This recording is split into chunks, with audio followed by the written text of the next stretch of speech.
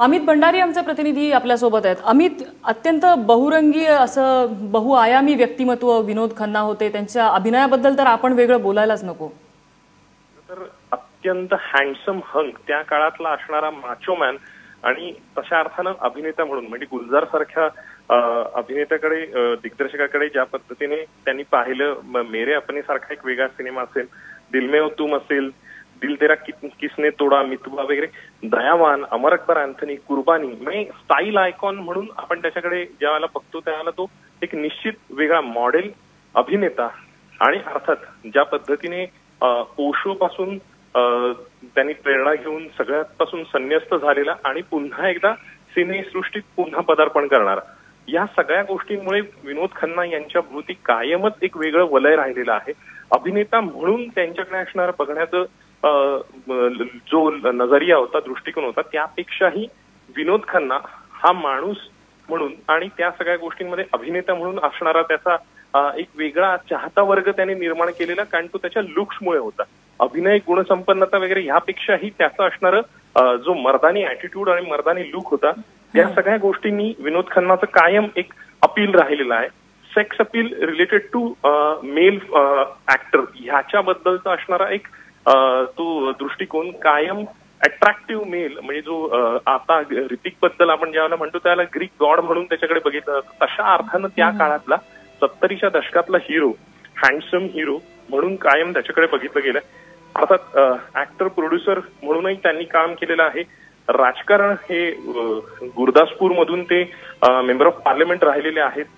साधारण सुमारे 141 फिल्म्स वगैरे त्यांनी 1968 ते 2013 या काळात केलेल्या आहेत. काही महिन्यांपूर्वी रिलीज झालेल्या दिलवाले मध्येही ते दिसले होते. त्या सगळ्यात म्हणजे महत्वाची जर सिनेमे आपण पाहिले तर मेरे अपने, मेरा गाव मेरा देश, गद्दार 1973 मधला, जेल यात्रा, इम्तिहान, इनकार, कच्चे धागे, अमर अकबर अँथनी, राजपूत, कुर्बानी, कुदरत, दयावान, म्हणजे कारनामा, सूर्या, जुर्म, म्हणजे त्या सगळ्या गोष्टींमुळे खरं तर विनोद खन्नाने एक स्वतःच एक वेगळी ओळख निर्माण केली होती. आज ज्याच्यासाठी नॅशनल अवॉर्ड खरं तर अक्षय कुमारला मिळतो, तशा पद्धतीचा एक अचानक नावाचा एक सिनेमा त्या काळात विनोद खन्नाने केला होता. रुस्तम, ज्याच्यावर आधारित आणि नानावटी केस ज्या पद्धतीने घडलेली त्याचाच तो मूळ आधार म्हणूनही अचानक ते पाहिलं गेलं होतं. आणि खरं तर 1982चा काळ हा खूप महत्वाचा होता विनोद खन्नांच्या आयुष्यात. इन्साफ असेल किंवा सत्यमेव जयते, म्हणजे त्या सगळ्या गोष्टींमधला हा जो माहोल होता, त्याच्या अलीकडे स्पिरिच्युअल गुरु ओशोकडे विनोद खन्ना आकर्षित झाले होते आणि त्या सगळ्या त्यामुळे सगळं जी अंगावर जी झूल आहे, असुरक्षितता आणि त्या सगळ्या गोष्टींमध्ये वावरणारं जे बॉलिवूड त्या काळात होतं, तर त्या सगळ्याला एक तिलांजली देऊन या माणसाने संन्यस्त व्हायचा विचार केला होता. आणि एकूणच पंजाबी फॅमिली म्हणजे पेशावर पासूनचा इथपर्यंतचा प्रवास मुंबईपर्यंत, सेंट मेरी स्कूल मुंबईचं, मग त्याच्यानंतर झेवियर्स हायस्कूल दिल्लीमधलं, दिल्ली पब्लिक स्कूल, असा वेगवेगळ्या टप्प्यांवरचा हा प्रवास होता. आणि त्या सगळ्यांमुळे म्हणजे 16 साल, मुघले आझम वगैरे त्या काळातल्या सिनेमांनी त्यांच्यावर एक वेगळ्या अर्थानं एक छाप पाडली होती. मग आपण ज्या वेळेला म्हणतो की सिनेमा सृष्टीत त्यांचं असणं म्हणजे अधूरती सुब्बाराव यांनी मन का मीत ज्याला डिरेक्ट केला होता सुनील दत्त यांचा, त्यावेळेला मग तिकडे म्हणजे खरं तर कुमारी पेन नावाची एक तामिळ फिल्म होती.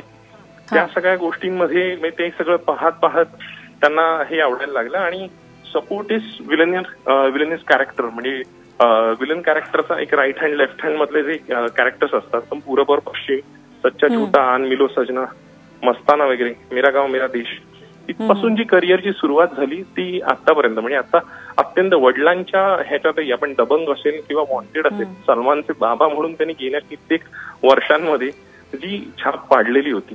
अमित, रिसेंट टाइम्स मध्ये त्यांनी ज्या निवडलेल्या मूवीज होत्या म्हणजे पहचान सारखा क्रिटिकली अक्लेम्ड मूवी असेल किंवा कोयलांचल ज्यामध्ये एक कोयला माफियाचा जो गॉडफादर असतो तसा रोल त्यांनी केलेला होता, हे म्हणजे टुवर्ड्स त्यांच्या करिअरचं एंड किंवा आपण आयुष्याचं सुद्धा दुर्दैवाने आता म्हणूया, ह्या काही वेगळ्या भूमिका ते निवडत गेलेले होते. निश्चित, कारण सातत्याने हिरो राहिल्यानंतर तो खूप महत्वाचा प्रश्न आहे, कारण एक ट्रेंड वेगळ्या अर्थानं बदलत गेलेला आहे. आपण जर पाहिलं तर. कारण भूमिका निवडणं आणि त्याच्याही पेक्षा सगळ्यात महत्वाचं आपण बघूया की करिअर ज्या पद्धतीने शेपअप होत असतं अशा वेळेला म्हणजे जिथे काहीच उरलेलं नाहीये अशा वेळेला लोक वाटेल ते स्वीकारत असतात. पण या माणसाने त्याही ज्या चरित्र नायकांमध्ये ही स्वतःची एक छाप पाडलेली आहे.